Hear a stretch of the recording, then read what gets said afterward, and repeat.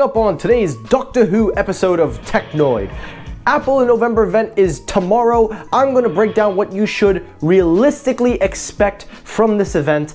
Also, on today's episode, we have a little bit of new information about Apple's new studio where you can customize and build your own sort of iPhone 12 customization. And lastly, I'm going to break down the HomePod Dolby Atmos, as a lot of you are a little confused, and I'm going to explain how it works and how it's able to reproduce Dolby Atmos. All of that on today's episode, so stay tuned. But first, let's send it to the TARDIS. Allo Z!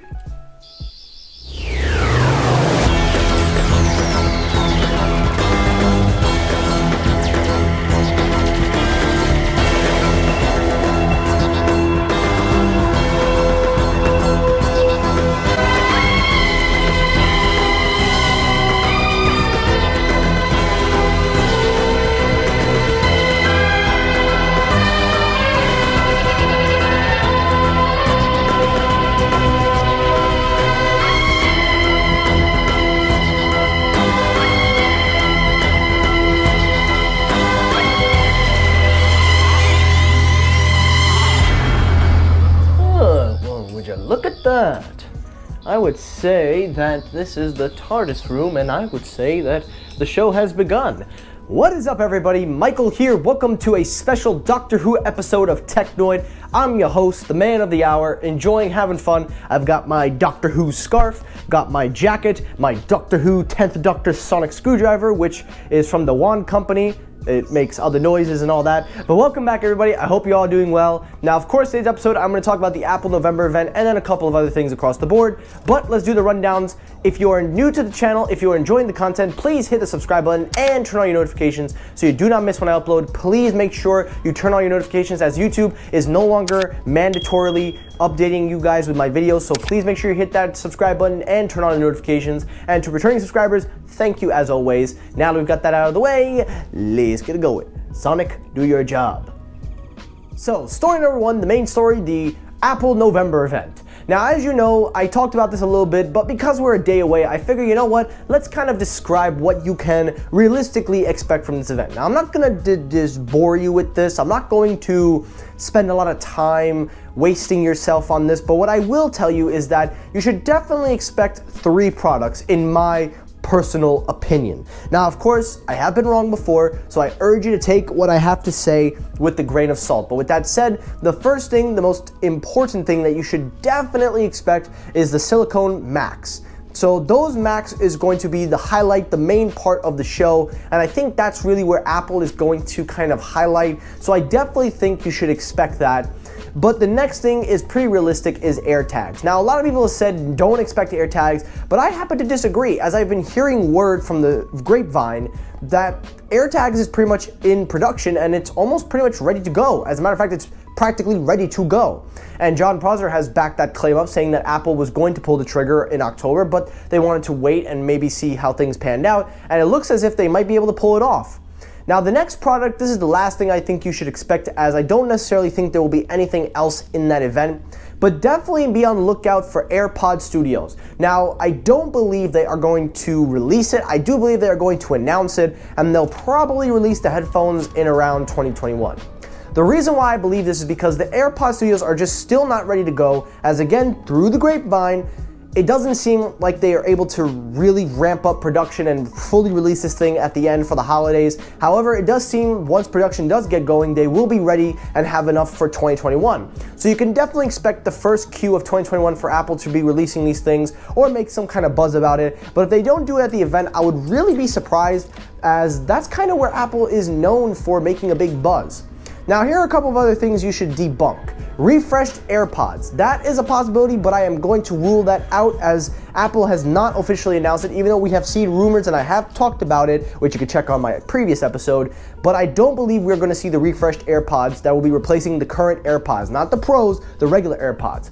Another debunk is Apple TV. Now, the reason I only say that is because Apple wouldn't necessarily make a big buzz about it, and if they were going to make a big buzz about it, the biggest difference it would have to bring is the CPU. And I don't think they're going to necessarily roll that out of the event, but at the same breath, I do see them probably refreshing it, getting it ready to go. If they show it at the event, I will personally come on this camera, and I promise you I will do something very embarrassing. I don't care what it is, but if they show off Apple TV at November.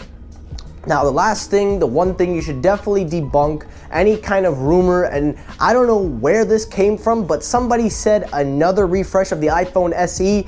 Definitely do not expect an iPhone SE refresh. There is no evidence to support that. So that is what I truly believe is going to be at the event, and some things you should rule out, and maybe something to consider. Now we got that story out of the way, let's talk about that HomePod. Well, that actually just sucked. Story number 2, the next story, the HomePod Dolby Atmos. Now, when I covered this story, a lot of people were excited, but I got a few questions asking me, how does this work? How is Apple able to work with Dolby Atmos? Well, after looking at the update and looking at the Apple TV interface and taking a look at the HomePod schematics, also via apple.com, I have an explanation on how I personally believe this works. Now, being that the HomePod works with spatial audio as it surrounds the environment, it scans it, and it gets the area engulfed in music, my theory, in my humbled and honest opinion, is that by using the 7 tweeters and woofer, because it's able to project audio around the room to fill you with a full 360 experience, I believe that it will be using the walls and all the surface around you to kind of help give the effect of Dolby Atmos, and taking a further look because the tweeters are beam forming, so they can be sent in a specific direction, so that can be a possibility of how they get Dolby Atmos to go. But the main reason that I think this works is that Dolby Atmos, for me, for an Apple TV, makes the total amount of sense. If you enable this feature to iPad and iPhone, it doesn't realistically sound that good. So that's kind of my breakdown of how a HomePod with Apple TV 4K works with Dolby Atmos. If you have any more questions about it, please feel free to write me in the comments below. And last story, okay, 3 in a row, people, 3 in a row.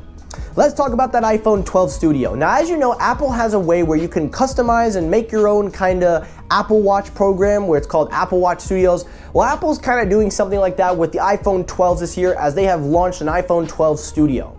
What this does is it will allow you to pre-order the phone or purchase a phone, whichever model you decide to get, but you can pre-order or purchase, you can customize the phone to your liking, storage, anything that you like, and you can include a case, which probably you'll have to pay separately, but you can have a silicone, MagSafe safe case, you could do it and you can put your name on it, and it's a customization area where you can pick whatever iPhone you want with an accessory to go along.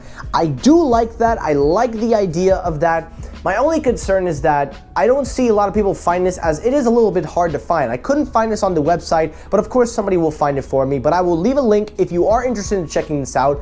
I personally like this option. I like that Apple lets you customize your experience from day one when you open the box, and even though there's no headphones, or hell, there's no charger, you only get the cable, at least you could do is if you use this Studio, you could get the case probably for an additional few dollars, but hell, it makes the experience all the more better. Am I right? I'm right. And that's for today's episode of Technoid. Now guys, I really hope you enjoyed this episode. If you did, hit the like button. If you disliked the video, hit the dislike button. That helps circulate my videos as well. As always, everyone, thank you so much for watching. Take care, everybody. I will see you all tomorrow when we discuss the Apple November event. We break it down. As always, from the doctor, allons-y.